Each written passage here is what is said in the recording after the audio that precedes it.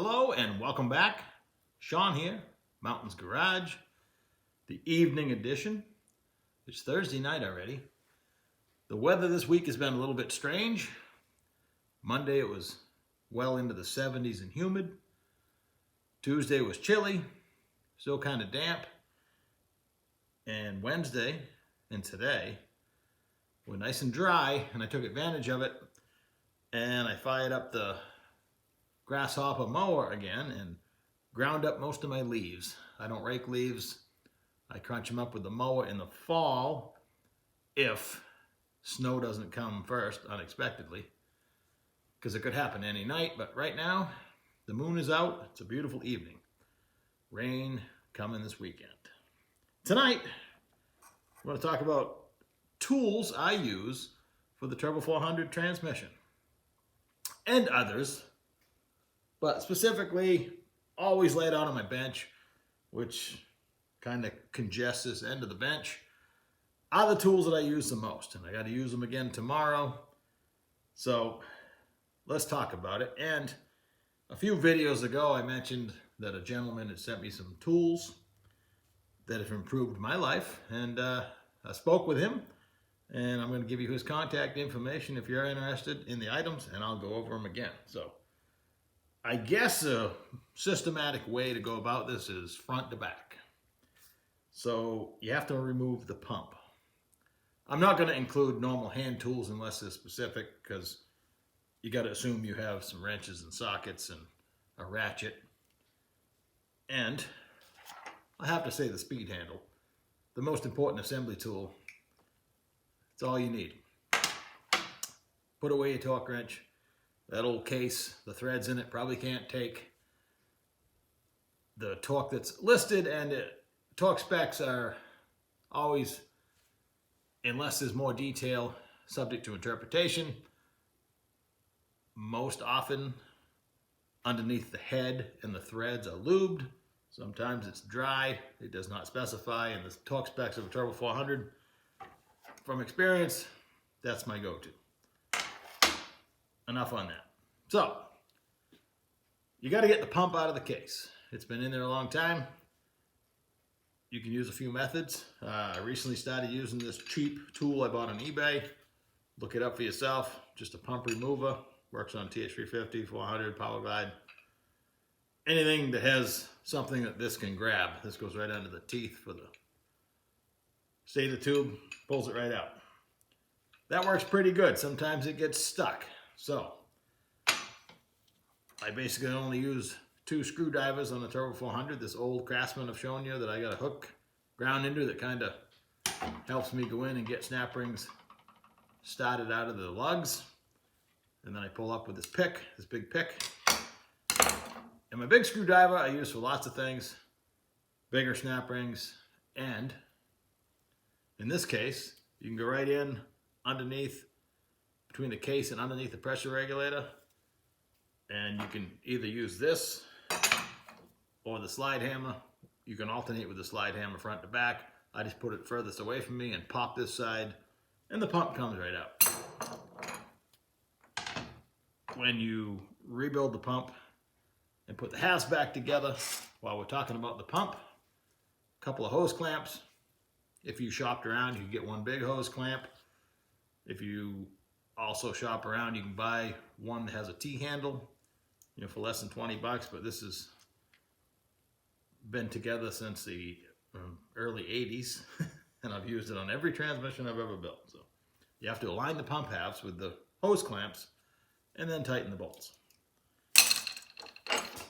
For many, many years, getting the pressure regulator out of the pump, I would, push it with my chest and,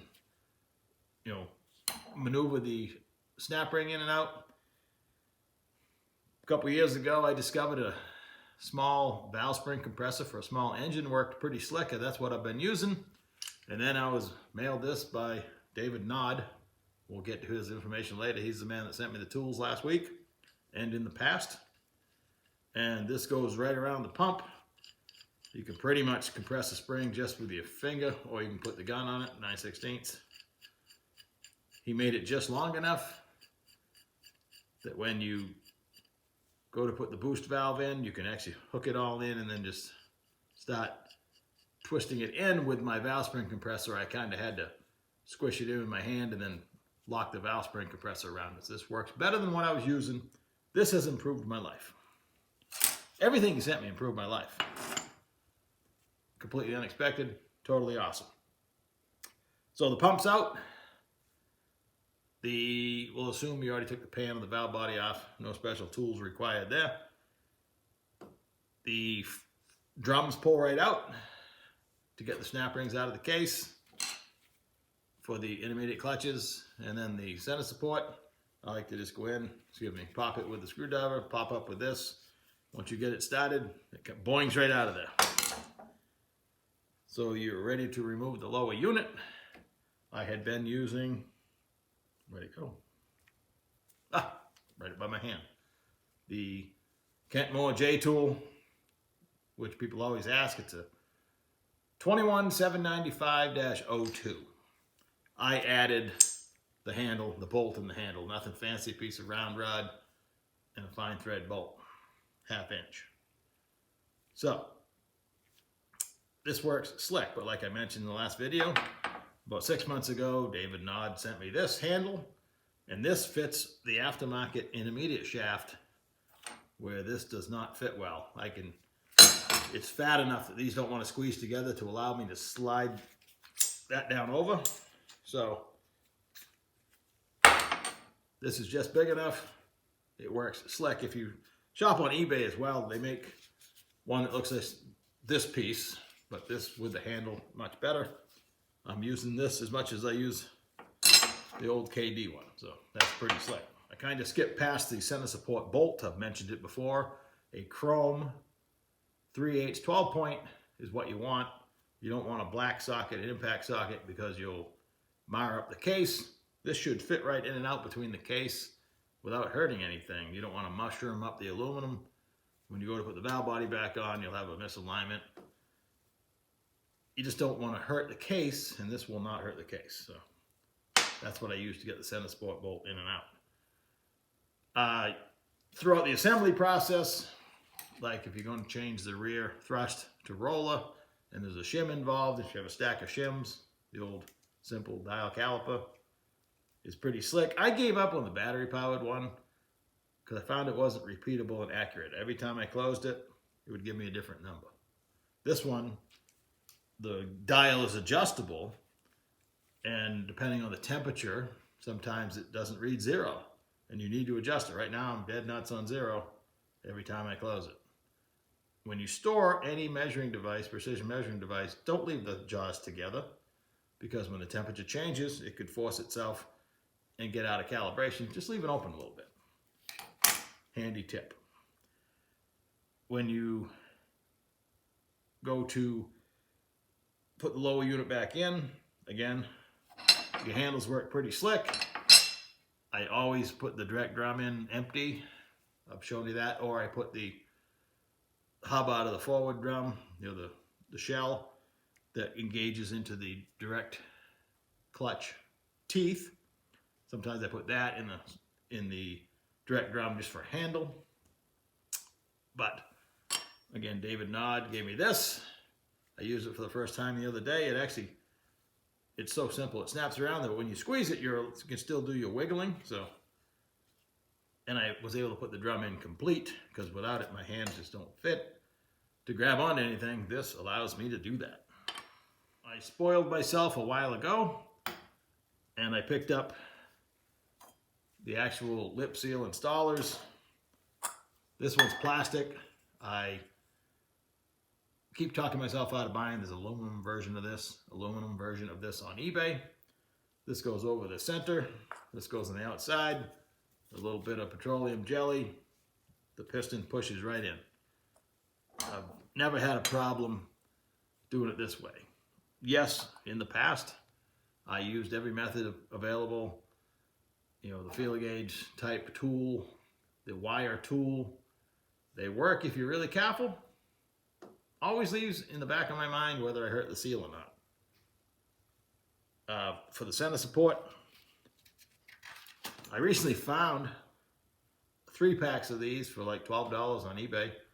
I actually ordered 2 packages, so it'll give me 6 more. This is the only one I have, and I treat it like it's gold. It's called a Lip Wizard. I've worn all the writing off.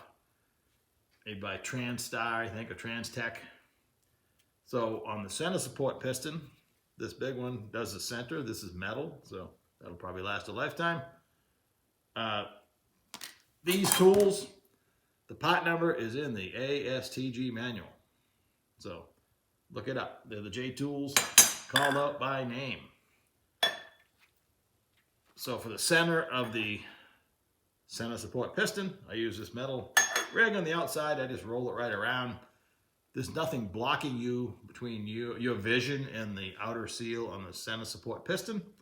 You could run it in with your thumbnail if you wanted to, or your fingernails, but this works pretty slick. So whoever thought of this, genius. I've cut out pieces of 2-liter bottles before. This is a more rugged version of that.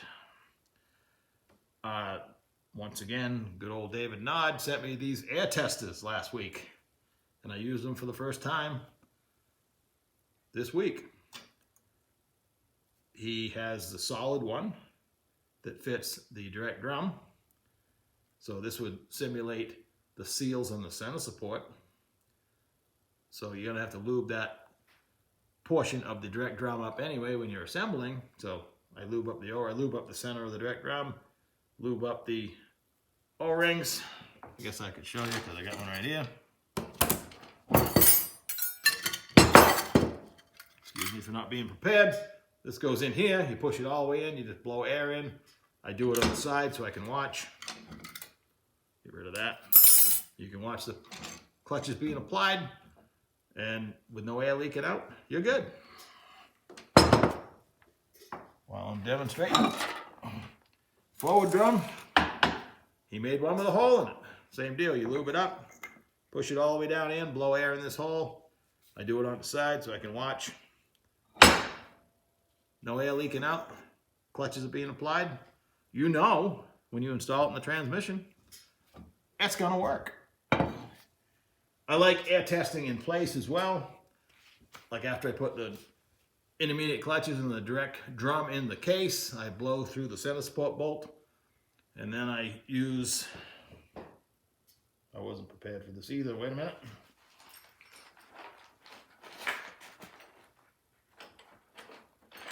The little nozzle that comes with your silicone RTV package. I do that as I'm staring at the transmission, the bell housing's up. I plug the left hole with this one, and I blow air in the right hole. We're talking the holes that are adjacent to the center support bolt. So I plug the left one, blow in the right, and I can watch or listen for the direct clutches and watch them be applied. And this tests out the O-rings or the Teflon seals on your center support to the direct drum. To physically check the forward, you got to set it in the assembled pump and find the correct hole around the circumference of the pump with the forward drum sitting and sealing on its normal seals on the back half of the pump, and watch and listen for the clutches to apply. These are the only 2 snap ring pliers that I use. I use these for the drum snap rings, and I use this set here to move the pressure regulator clip in and out. I have a cheap magnet that was a freebie from, in this case, O'Reilly Auto Parts, to get the check balls out of the case. You can dig them out, but sometimes they roll off or roll down into the transmission. This way it'll pop all 6 on the head of the magnet because it's big enough. I use this seal puller.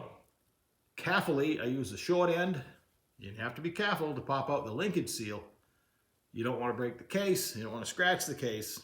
If done slowly and correctly, the short side I should say, this works really well. The pump seal, I split the pump in half, and I use my faithful old screwdriver that I've hit at least 1,000,000 times. And if the crescent of the pump, I turn that out of the way, so this is just hitting the seal, and a little gentle tap.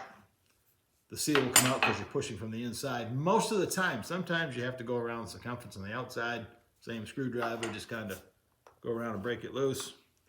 If it's been in there a long time, sometimes they're even rusted in. So the seal on the tail shaft is best removed while the tail housing is still bolted on the case. Sometimes I put the tail housing back on the case if I forget, or if I got away with tail housing sitting around, I'll bolt it on a case. And like I mentioned in the past, over the life of the transmission, maybe the seal's been changed in the vehicle and somebody went at it with a screwdriver from underneath. Sometimes putting grooves and stuff in the aluminum. So if I'm going to pound a seal out, I start working on the top of it. I don't plan on doing any damage, but if I do, I'm not going to create a leak where the oil sits all the time. It doesn't really sit on the top unless it's running. So let's just say most of the time, the top is the drier of the two places. And if you're going to, impart damage on it, I guess that'd be the place to be. But if you're careful with the old trusty screwdriver, my faithful friend, you can maneuver the seal out without hurting a thing. I remove all my seals with a pocket screwdriver, unless for some reason I can't. The only thing I use the picks for is for picking out the snap rings. I'll use a small one in certain cases where I'm trying to get something stubborn out. It's, the smaller version of this one. And a straight one's really handy for lots of things. Poking and prodding. I don't jab seals with it. You could, but most of the time I end up sticking my finger, whereas my dull pocket screwdriver doesn't do me any damage. As far as the spring compressor tool to disassemble the drums, for the longest time I had the KD one. It looks like a teepee. You squeeze it, it pops into the snap ring groove, and then you tighten down the middle. That is okay with the stock springs. When you put the strong springs in the direct drum, it gets kind of scary. Many times I've had it pop out of the snap ring groove. I found, and you can find them too on Amazon even, cheap, vise mounted spring compressor. You've seen mine. I'll show it to you again here real quick. Stand by. This rig, I paid $34 for it on Amazon. It works slick. I got it marked for the yellow lines of the forward and direct on the Turbo 400, because that's what I do most of the time. These slide in and out.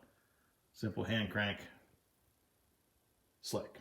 Later tonight, when I'm sitting in my chair watching my own video, I try to be the first one to watch it. Look for mistakes. Every video contains at least one mistake. And in this case, I'm sure I forgot something. Like telling you how to get a hold of David Naud, N-A-U-D.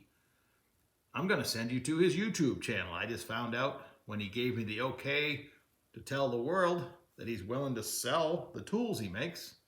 In this case, the air pressure checking tools, the lifting handle for the direct drum, the pump spring compressor. He probably has more. And he's willing to make some for you. So his YouTube channel is Naughty Dave, I can't talk now, N-A-U-D-Y-D-A-V-E, one word. I believe it's a capital N, but it'll come up either way on YouTube in the search function, Naughty Dave. And be sure to like and subscribe his channel, and hey, mine while you're at it. And you guys can work it out. I've had many people ask how to get a hold of the stuff. And today I wanted to make sure we communicated, and he's good with it. So best of luck to both of you. But I am thoroughly impressed, and it's improved my day. When you do the same job over and over again, sometimes it's nice to do it in a different way. That's easier, at least more exciting, definitely easier. The lifting handle, I used to put the lower unit and a Turbo 400 in pieces together, or again, I've laid it on the side and passed it through 100,000 times. Assembling it on my little fork, it's just 3 pieces of angle. You've seen it. Let me show you. Hang on. Just some flat bar welded together, C-clamp to the bench. This is where I put the whole lower unit, the pump, and the forward drum when I'm working on it. So that's it for tonight. Thanks for watching. I will get back in a couple days and we'll be doing something else. Probably gonna look a little deeper into the second 55 high top I got, the BA version. You can figure out what that stands for. And the BA 55. I'm not much of a car namer, but I'll call it that for now. How about the race 55? I have the street 55 hard top and the race 55 hard top. I love them both. So enjoy the rest of your evening, and I'll catch you in a couple days.